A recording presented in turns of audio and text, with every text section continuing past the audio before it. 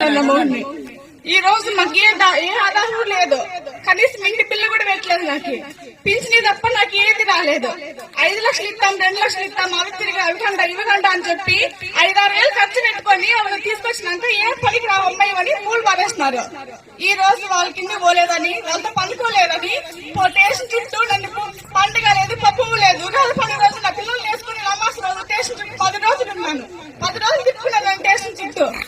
10 గంటల వరకు, నైట్ 10 గంటల వరకు ఎస్ఆర్ రాలేదు, ఇంకొక రాలేదని నన్ను టేషన్ చుట్టూ తిప్పుకున్నారు.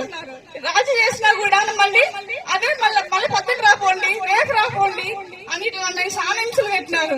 పండుగ పుట్లు కొట్టినారు. మా వాళ్ళని తాటి పంపించి మా పెద్ద వెళ్తా నన్ను కొట్టించినారు. చాలా విషయాలు పెట్టినారు నన్ను. ఒక రోజు కాదు, అసలు అత్తలతో కూడా కొట్టిస్తున్నారు నన్ను. ఇప్పుడన్నా నన్ను శ్రీరామ్ అక్క గారు నన్ను ఇప్పుడైనా చేయబట్టినాను సార్. నన్ను కాపాడమ్మా, నువ్వే నాకు చేయబట్టమ్మా. నాకేమట్లనే చేయమ్మా. నాకెవరూ లేరు, తండ్రి లేడు, మొగుడు లేడు, ఎవరూ లేరు. నేనుండా ఒకటి, మా అమ్మ ఉంది, నాకు 2 కొడుకులు ఉన్నారు. 3 ఏళ్ళు పోతాను అమ్మ నా ఊరు చనిపోయి. ఎవరు నన్ను చేయబట్టలేదు, అందరూ కొట్టేవాళ్ళే. అందరూ ఒక 10వ తరగతి చూస్తాను నన్ను. ఈ పొద్దు ప్రకాశ్ రెడ్డికి ఏమన్నా మేము వస్తామమ్మా, మేము చూస్తామన్నా అన్నారు. కానీ నా రోడ్డు అరబెట్టారు.